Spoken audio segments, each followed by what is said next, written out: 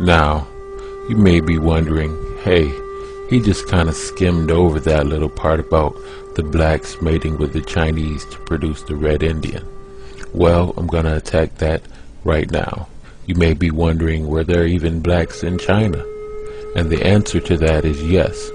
There were indeed blacks in ancient China. The skeletal remains from southern China are predominantly Negroid. The people practice single burials, which is an African ritual. In northern China, the blacks founded many civilizations. The three major empires of China was the Jia dynasty, the Shang Yin dynasty, and the Zhao dynasty. The Zhao dynasty was the first dynasty founded by the Mongoloid people in China, called the Hua. The founders of the Jia and the Shang came from the fertile African crescent by way of Iran. Chinese civilization began along the Yellow River.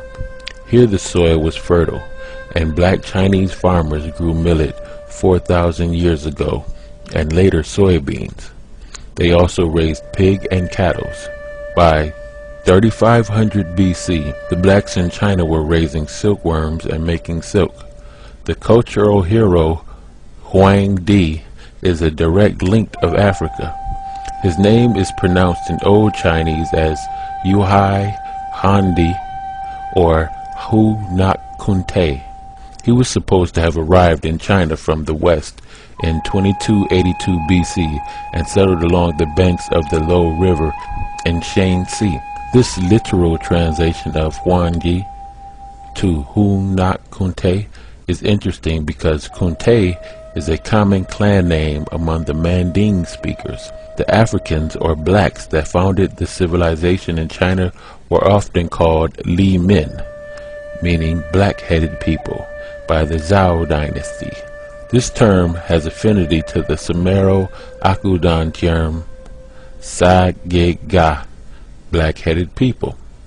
These Li Men are associated with the Chinese cultural hero Yao. We know very little about the sounds of the ancient Chinese because ancient Chinese was very different from Old Chinese and Middle Chinese and the modern Chinese dialects. This results from the fact that the Chinese dynasties were founded by a diverse ethnic group. Jia and Shang Li, i.e. Black Shang, were founded by Dravidian and Manding speakers. Shang Yin was founded by classic Mongoloids, and the Zhao by contemporary Chinese. This explains the difference in pronunciation for ancient Chinese spoken by the Jia and Shang peoples and Old and Middle Chinese, or a variant thereof which is spoken by the Zhao people. The Shang characters compare favorably to the ancient Proto-Saharan script used by the Harappans in the Indus Valley, and the Manding script used in the ancient Sahara and Crete. Clyde Winters outlined the spread of the Proto-Saharan script to Harappa and throughout the Sahara African and Asian by the Dravidians and the Manding. Evidence of Chinese writing first appears around 2000 BC as pottery markings. The shell and bone characters represented writing. They were not pictures but wedges similar to African cuneiform. The Shang symbols compare favorably with ancient Manding symbols as well. Although there are different contemporary pronunciations for these symbols, they have the same meaning and shape. This suggests the genetic relationship between these scripts because we know that the present pronunciation of the Chinese symbol probably has little relationship to the ancient pronunciation of Chinese spoken in the Jia and Shang times when these characters were first used. This cognation of script supports the proposed Dravidian and Manding migration and settlement of China during the Jia times. The identification of the first hero of China, Hu Nak Kunte, as a member of the Kunte clan of the Manding speakers of Africa is supported by the close relationship between the Manding languages and the Chinese. Even though we do not know the ancient pronunciation of many Chinese signs, many Chinese and Manding words share analogy and suggest a Manding substratum for Chinese. I mentioned Black Shang, so I will further explain. There were two Shang empires. The first Shang dynasty was Shang Li, meaning Black Shang. It was ruled by Li Shang, or Black Shang. For the last 273 years of the Shang Empire, the capital was situated at Anyang. The Shang Empire based at Anyang was founded by the Yin nationality. We call this empire Shang Yin. Thus we have Shang Li Empire and the Shang Yin Empire.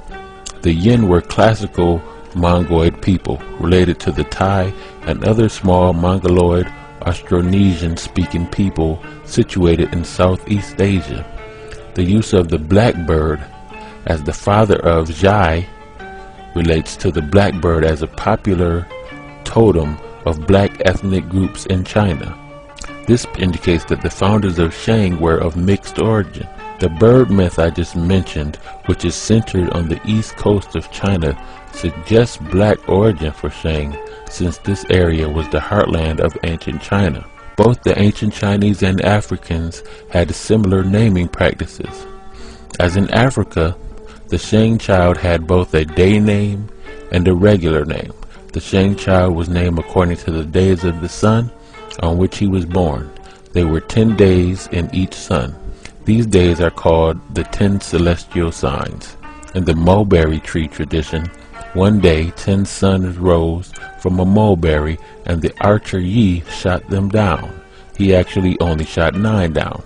The suns in reality were birds. The bird myth refers to the blackbirds that founded the Shang dynasty.